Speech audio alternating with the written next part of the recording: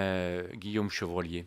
Merci Monsieur le Président, Monsieur le Ministre. À l'heure où nos territoires ruraux sont frappés par la crise économique et aussi la crise agricole, bien sûr, moi je voudrais relayer l'exaspération des citoyens et des élus locaux. Alors j'aurais pu parler des problèmes de difficulté d'accès aux soins, mais comme d'autres collègues, je vais évoquer la fracture numérique. Votre gouvernement annonce moult plans, mais les zones blanches demeurent bien réelles, provoquant un mécontentement légitime des habitants et des élus. Mais pour quantité de communes qui ne font pas partie des 237 communes considérées en zone blanche, le réseau demeure nettement insuffisant. Dans mon département de la Mayenne et dans ma circonscription, beaucoup de communes sont concernées, plus d'une vingtaine.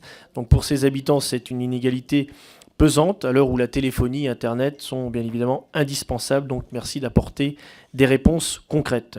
Autre sujet, alors que les collectivités locales sont dans une situation financière des plus difficiles, je voudrais aussi répercuter le mécontentement de certains maires à propos de la dotation d'équipement des territoires ruraux. En effet, jamais les élus n'ont autant été incités, poussés à lancer des travaux pour relancer l'économie, pour faire baisser le chômage. Mais ensuite, il y a des difficultés pour le montage des dossiers de DETR, et souvent, après, les arguments de toutes sortes sont avancés pour qu'ils ne puissent pas en bénéficier ou de manière limitée.